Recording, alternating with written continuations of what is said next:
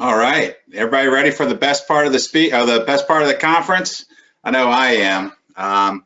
Again, we're getting ready to go into the four-way test, and I'd like to remind everybody just what the four-way test is. Right, it's just 27 words, 4 questions, and I think the best part about the four-way test is it's a very easy diagnostic to use to evaluate a decision.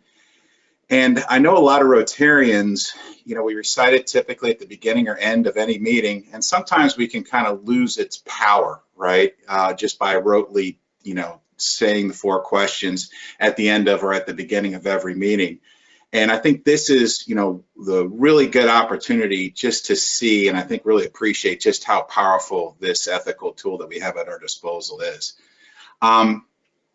This competition couldn't happen without a bunch of legwork, that was involved. So I would be remiss if I didn't thank, a few folks here. First off, I'd really like to thank Tamara Okonski, who she and I have been working diligently on the committee to make this happen. Her tireless efforts are greatly appreciated, and she really, put forth a tremendous amount of effort, especially coordinating with the kids in terms of getting them here to be able to do their speeches. Second is Marilyn Nevy Cruz for reaching out to the interactors in order to have them participate. Once again, if anybody isn't thanking Ashley, Ashley's done a tremendous job here in terms of putting this together. A lot of effort here. I also like to thank all the sponsoring clubs as well as the new clubs that are participating. And also the mentors, that have been reaching out to help these kids, prepare for their speeches. And finally, I'd really like to thank the 19 applicants. We had 19 applicants that started this process, and we've now winnowed it down to the 4 finalists that you're about to see, okay? Now, I can't stress enough that you guys are about to hear some really extraordinary speeches that are going to make you really feel proud about having the 4-way test. I have the easy job of putting them together, right, and coordinating this. You guys now get the really tough job of trying to judge them. Now, I'd like to share with you, a few pointers before the speeches, right? First thing is, if you don't have a pen and a piece of paper or a pen and a scoring sheet, even better, I would highly suggest that you make a note about the topic of the speech. Most people remember topics more than names, okay? So make sure that, as they're going, you make a note like who the first speech, what their topic was, because I think you'll probably remember that, a little bit more than, just the name. Second is remember the criteria here that we've weighed is important, is weighed between what I like to call steak versus sizzle. Okay, so although showmanship is a real important, what I call the sizzle side, is a real important component of the speech, give it its weight accordingly, okay, because we really want to focus on an equal weighting that's described on those scoring sheets that we've alluded to. Now, when I introduce the contestants, I'm going to introduce them by name only, okay? This is so that there's no influence, so we try to keep this as pure as possible in terms of clubs either recognizing their own contestant or either, via the identification of the Rotary Club or identifying, what district they're in or area they're in by identification of the high school. Now, when we come back now to announce the winners, we're going to ask the candidate a few questions about school, sponsoring clubs, grade, future plans, that sort of thing. Okay, so that will be revealed. Okay, during the course of the presentation. I would really ask you to focus on the judging guidelines on the scoring sheet as you score the speeches. And then last but not least, I'd like to go over 3 final things just to remember, okay? The first one is that subject matter doesn't count towards the speech, okay? The second one is that subject matter really doesn't count towards the speech. And then if by this point you don't know what my third one is, you probably haven't been paying attention. The third one is subject matter is not a criteria, okay? Now it's very easy to vote for the speech that you most agree with, okay? It really is, very common for people to, you hear a speech, you agree with it, it resonates the most with you. I'd like you to fight that temptation because remember, The subject matter is not part of that criteria, okay? And I would ask you please to fight your urges to do that. So finally, I would ask everyone here as judges to try to put forth the same level of effort in judging as our contestants have in terms of preparing their speeches. You guys hold a lot of sway, right? There's some significant prizes that are going to be awarded, okay? So I ask everybody to pay attention, enjoy, and judge accordingly, okay? So with that, I'd like to introduce our first speech, and our first speech will be given by Christopher Salarier. Chris.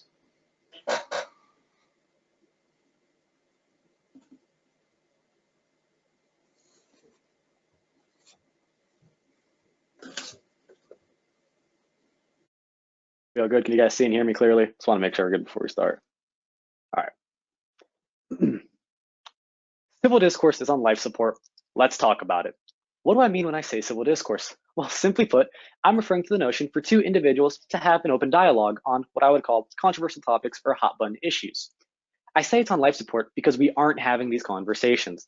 We become too uncomfortable, too defensive, opinionated, and in worst case, belligerent about these matters, and we're not going anywhere. We aren't having a conversation. We aren't growing as individuals, and most importantly, we aren't growing and healing as a society. This is something we need to address before it is too late.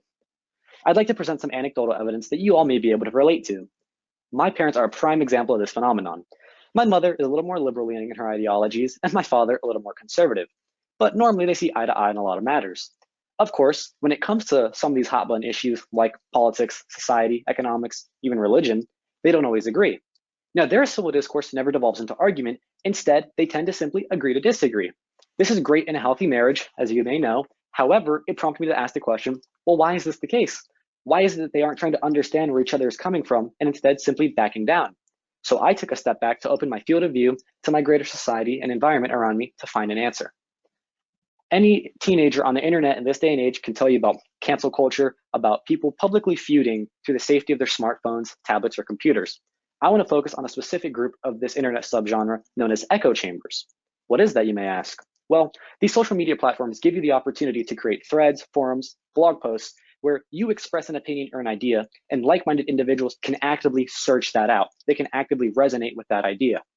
This usually isn't harmful until we see patterns of confirmation bias, people actively searching one another out to reaffirm their ideas to prove they are correct. That warrants concern. It becomes dangerous when we see cult-like behaviors, when we see behaviors of self-indoctrination, of proselytization, actively converting others around their community. That's scary. I'm not saying we can't have our own interests or opinions, quite the opposite, in fact. I'm saying we must protect those. And more importantly, we must protect our identities and what we believe, because our identity is the culmination of our life experiences. That is something to value. In turn, we must respect the life experiences of others and try to learn from one another, because that is the only way we as individuals can grow, and in turn, we as a society can so desperately heal. A big part of this speech is our four-way test, so I'd like to begin with what I deem to be the most important. Is this the truth? Is my claim that civil discourse is on life support the truth? I firmly believe yes, this is the case, and I'm not alone in this sentiment. Publications from pretty renowned universities, such as the Johns Hopkins Newsletter, the Harvard Gazette, the Cornell Chronicles, all echo the same sentiment. They all are concerned about a lack of civil discourse in our society. If you prefer mainstream media, you can find this same sentiment from the Wall Street Journal, from the Washington Post, from CNN, from New York Times, among other sources, all saying the same issue. We are not having these conversations anymore, and it's hurting us as individuals and as a society. The second point to our test, is this fair to all who are concerned? Well, who even is concerned?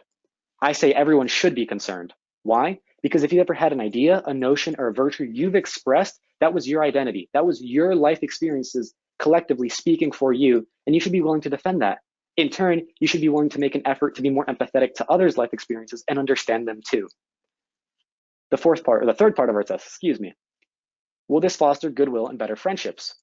Once you begin to understand someone, the way they think, how they think, why they think, begin to value them. You get a holistic sense for who they are, and that's beautiful because you can appreciate someone not just momentarily, but for a lifetime. We can create friendships that aren't just days, weeks, and months, but years and generations across families. That is what we should strive for, and we can only get there by civil discourse. Now the last point, is this beneficial to all who are concerned? Well, if we're having this open dialogue, if we're having these conversations, if we're understanding ourselves and what we believe, if we're understanding individuals better and in turn healing as a collective, then yes, this benefits everyone because everyone should be concerned. I said civil discourse is on life support. It's not dead yet. We can still save it. I want to give you this message. We need to be less ignorant, less arrogant, put our egos aside, and just listen more. Be more empathetic to one another and our causes. For the past decade or so, it hasn't been very pretty, our political socio-status. Every day on the news, we see another shooting, we see more bloodshed, we see more families broken up and crying, and it won't get better if we don't start talking about these issues. We need to do more. We need to be more proactive, and we can only do that through civil discourse. Thank you. Excellent job, Chris. Excellent. So now I'm going to give everybody about a minute or two just to go ahead and mark your judging sheet accordingly. As you can tell, this is a very difficult thing to do because all these speeches will be excellent. And so while you guys are doing that, I'll give you guys some time here. Make some notes.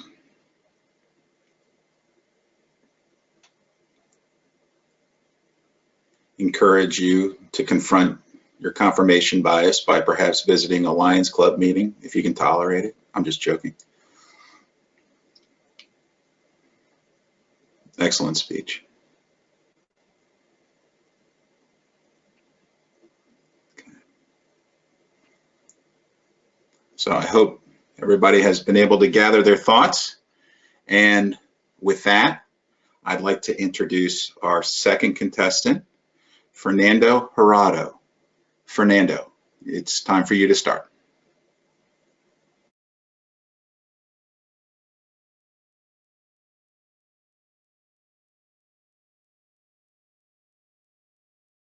Now can you hear me?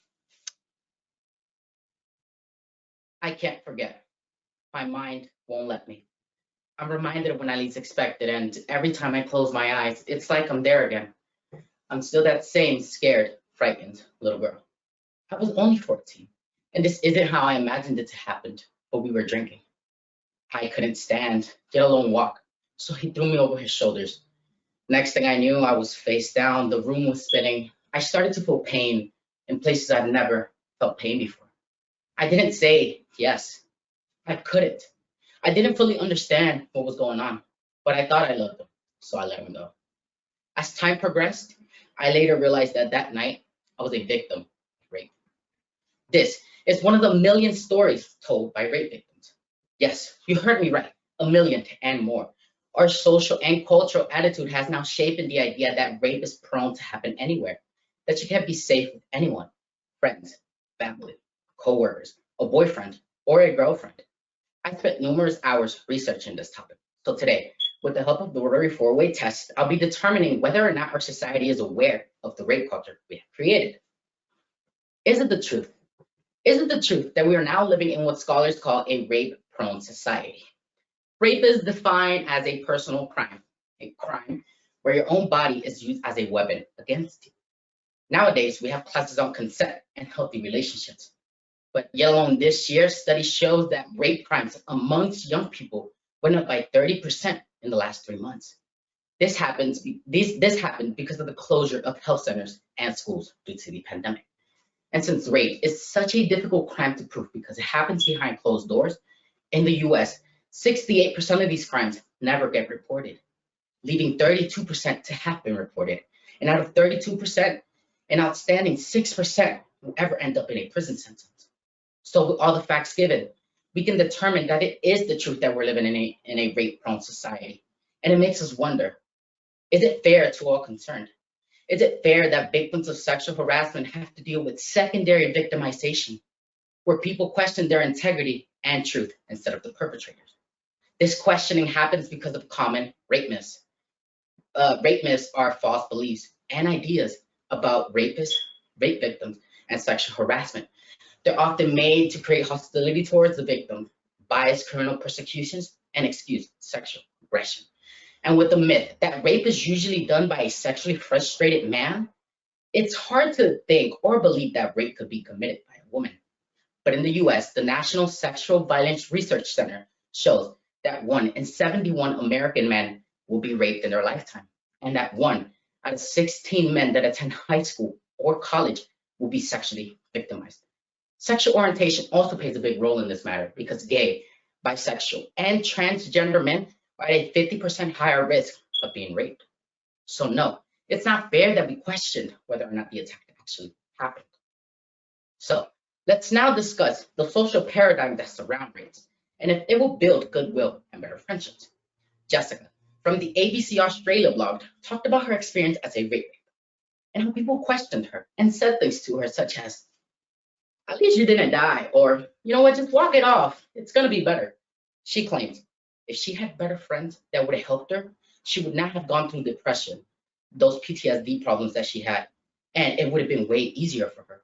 So creating these better friendships could help somebody going through this very difficult time. Also, in the Oxford Academic Journal, they discussed women who travel in pairs are less likely to be raped. Think about this phrase. Let's slow it down. Women who travel in pairs are less likely to be raped. Goodwill means to act out of a good sense of moral obligation or duty. So why do men tell women to travel in pairs? As a young man myself, I don't think this is practicing goodwill. So let's teach our young men and women on how to live a life that builds these good friendships, that builds these goodwill, because this rape culture that our society has created isn't good. It's something that plagues us. It's an epidemic we should fight to get rid of. In other words, do I think it's beneficial to all concerned that we learn and teach about the realities of rape culture, consent, healthy relationships, and how to value each other more? Yes, because rapists aren't born rapists. They're made and constructed from the ideologies that sex equals power and control.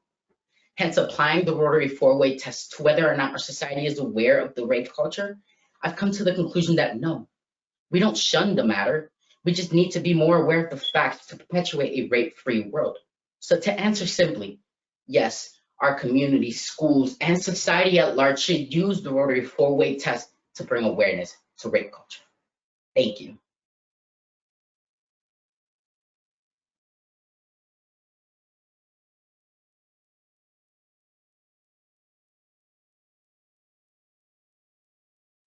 All right, excellent job there, Fernando.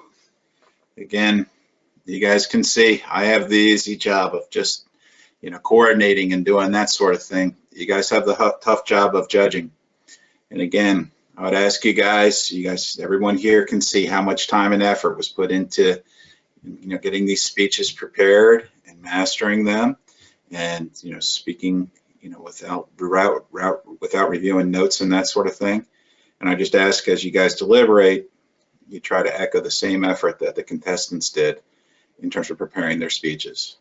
I know it's very difficult. So again, I'll give you guys about another minute or so, and we will move on to the next speech.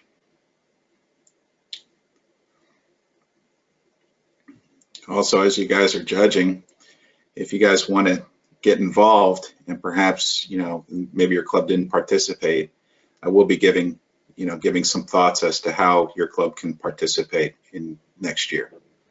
So stay tuned. Okay. So with that, let's go ahead and move on to our next contestant, our next, next speech. And with that, I'd like to introduce Joseph Bonney. So Joseph, if you could go ahead and please start.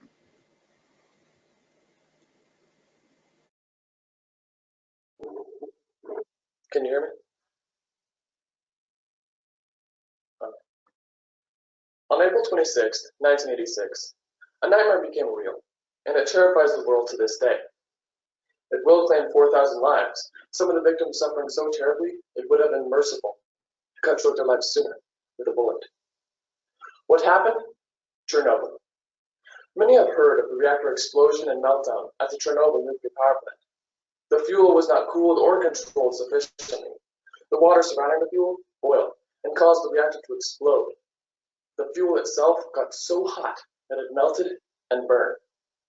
This disaster was a tragedy, and it has caused many to resent nuclear power. Today, many believe that nuclear power is not safe, that the nuclear waste it produces poses an unfair risk to future generations, that it threatens our communities with the prospect of nuclear weapons, and that it has no more benefits than any other power source. I'm here to establish, using the four-way test, that nuclear power is a safe, worthwhile power source. First, is it the truth? Is nuclear power safe? Well, according to a Gallup poll in 2019, 47% of Americans don't think so. Those against nuclear power sometimes call radiation nuclear power's invisible killer. But we have to consider the alternative, and many do not realize that the alternative comes with a killer of its own. The alternative is fossil fuels, and its killer is air pollution. A Harvard study published 2 months ago estimated that air pollution caused over 8 million deaths in 2018 alone, 2,000 times the death toll of Chernobyl in 1 year. According to Our World in Data in 2020, despite nuclear accidents, fossil fuels cause, on average, over 30 times more deaths than nuclear power to produce the same amount of electricity. 30 times more deaths. By replacing fossil fuels with nuclear, we could save lives. Clearly, nuclear power is much safer than many realize. In fact, it is the safest power source we have. Second, is nuclear power fair to all concerned? Those against nuclear power claim that nuclear waste poses an unfair risk to future generations. It is true that some nuclear waste is radioactive enough to be dangerous, and will be for far into the future. However, there are concrete solutions to this. Literally, Finland just constructed a concrete repository that can store 50 years' worth of the country's nuclear waste till long after it is no longer dangerous. One way to reduce the amount of waste is to reuse it. Nuclear waste still contains about 90% of its original energy, and many reactors currently in development are designed to run on nuclear waste. Finally, we have to compare the risk of nuclear waste to the risk of climate change from fossil fuels. It is more fair to leave our children a world with manageable nuclear waste than a world plagued with climate change. Third, will nuclear power build goodwill and better friendships? This is an unusual test for nuclear power, but it is nonetheless applicable. One fear surrounding nuclear power is nuclear weapons, and nuclear weapons definitely do not build goodwill or better friendships. However, this fear is misplaced, as, according to Britannica, reactor fuel just doesn't make very good bomb fuel, and even if it did, fuel processing is heavily guarded and an unlikely pathway to proliferation. On the other hand, as I mentioned earlier, nuclear power could save millions of lives every year, and saving lives definitely builds goodwill and better friendships. Fourth, is nuclear power beneficial to all concerned? Even if it is safe, what makes it better? Right now, we are faced with a pressing problem, and that problem is, how can we power the world without harming it? The world needs clean power. We need reliable power. According to NASA, if we do not address this problem, infrastructures will collapse, ecosystems will be compromised, and agriculture will fail. Fortunately, nuclear power is uniquely suited to address this problem. Nuclear power is the cleanest power source we have, as it has no emissions. And, to quote an article published last month by the Department of Energy, nuclear energy is the most reliable energy source, and it's not even close. This is why nuclear power is worthwhile. Solar and wind aren't reliable enough. Fossil fuels aren't clean enough. Nuclear power has the unique opportunity to benefit the world in a way no other power source can. So, nuclear power isn't so bad after all. In fact, it is the cleanest, safest, and most reliable power source we have. In Southern Maryland, if you live near the Calvert Cliffs nuclear power plant, you are statistically safer than I am, because I live near a coal power plant. Although nuclear power has challenges, I think the benefits and lives saved are worth it. I certainly think it passed the four-way test.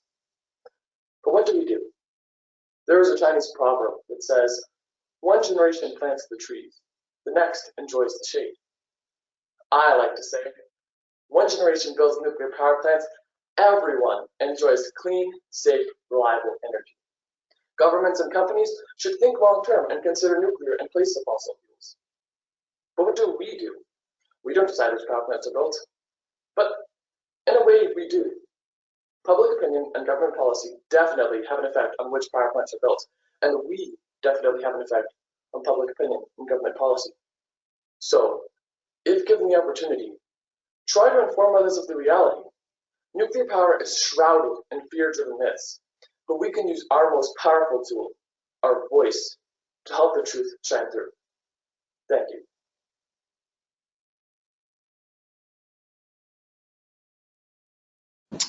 Awesome. Great job, Joseph. Again, I can't stress this enough. I don't envy everybody's position here, you know, in terms of trying to score the speeches. At the end of the speech, at the end of the next speech, we're going to ask you to vote, okay? And we're going to be directing you Ashley will be directing you to a place where you can put your votes. And remember, you know, when we're done, you guys should have a first, second, third, fourth place, okay? So again, I'll let you gather your thoughts on Joseph's speech. And again, give you guys another 30 seconds or so to gather your thoughts. And we'll move to our final contestant here.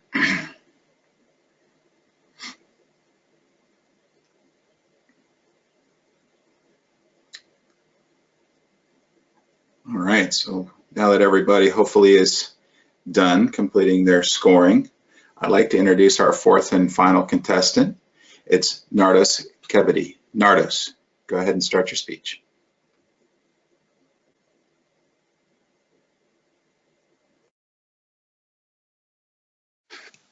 All right.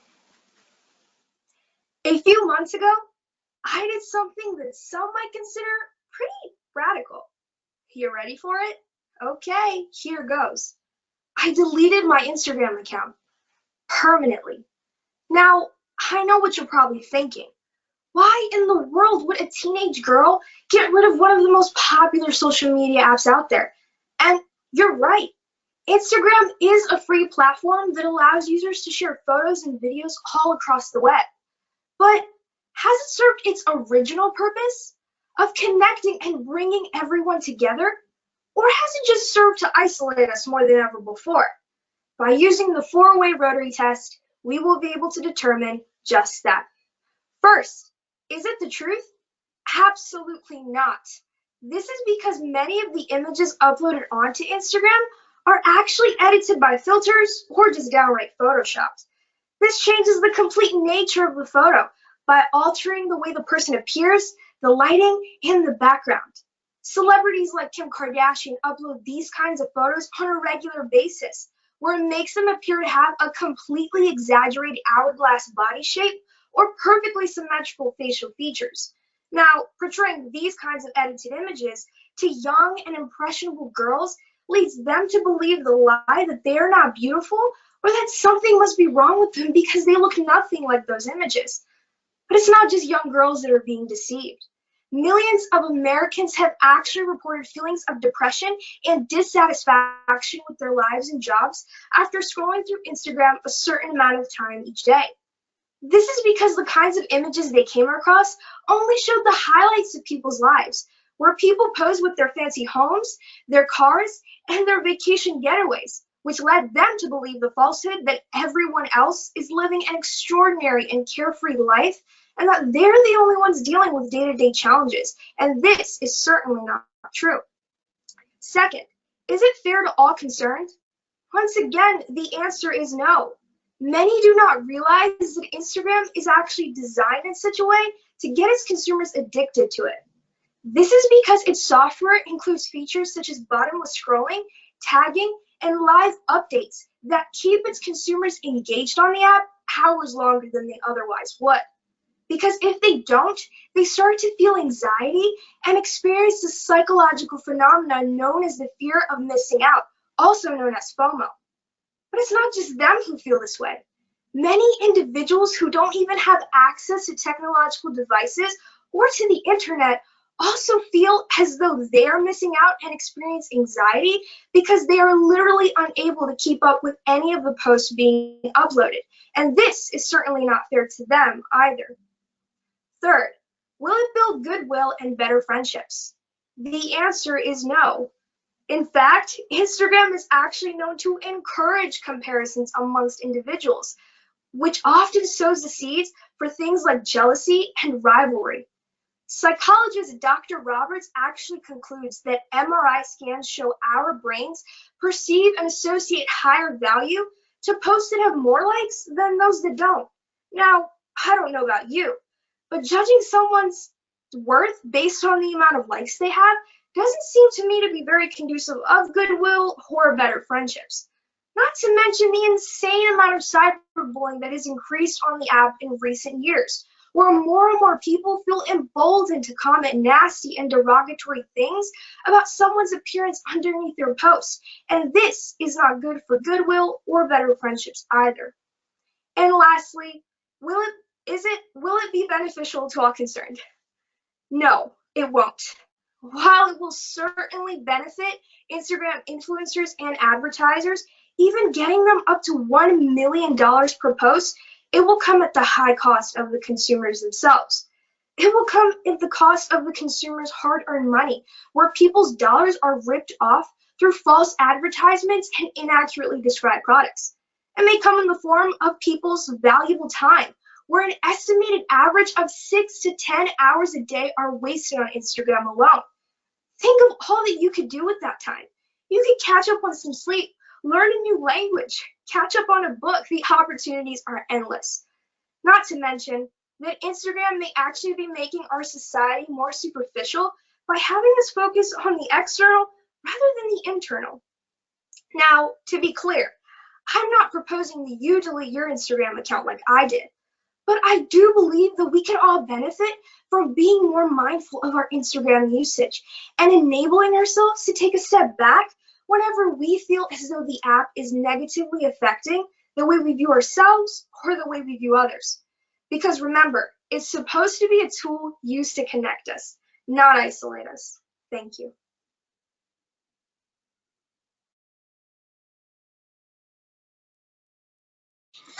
Excellent speech, Nardos.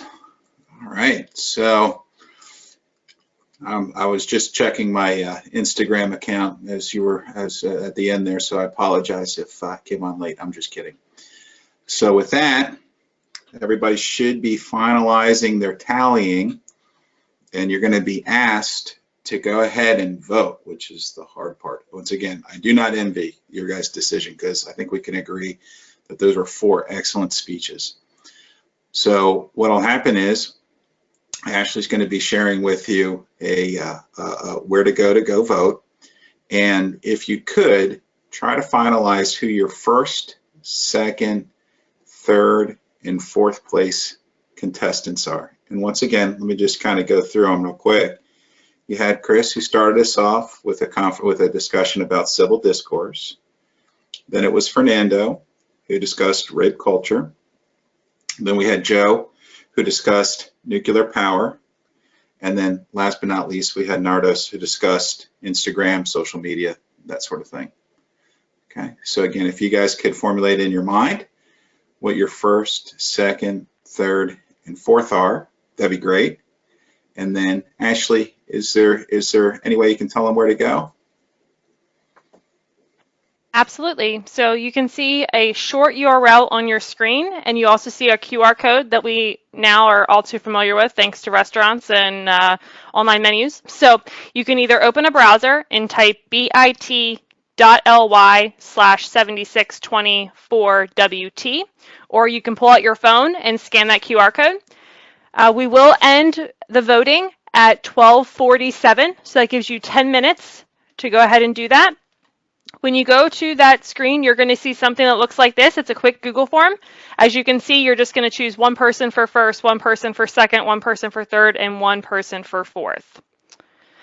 So again, you're going to go to bit.ly/7624WT or scan the QR code. And if I can just mention, my knowledge of IT is not all that great, but I just learned how to do a QR code. Ashley, with that QR code, it's basically you open your camera and you let it take over. You don't have to take a picture of this, right? You just kind of let it settle Correct. in. You just hover over it and you'll get a little pop-up that you can click on and it'll take you right to the link. The website also is case sensitive, so please type it in exactly the way it is on your screen. Awesome. And thanks again, everyone, for participating in this. And once again, voting will be open for the next 10 minutes until 12:47. And so I guess with that, I will turn things over to the next part of the presentation. Thank you again. Wow.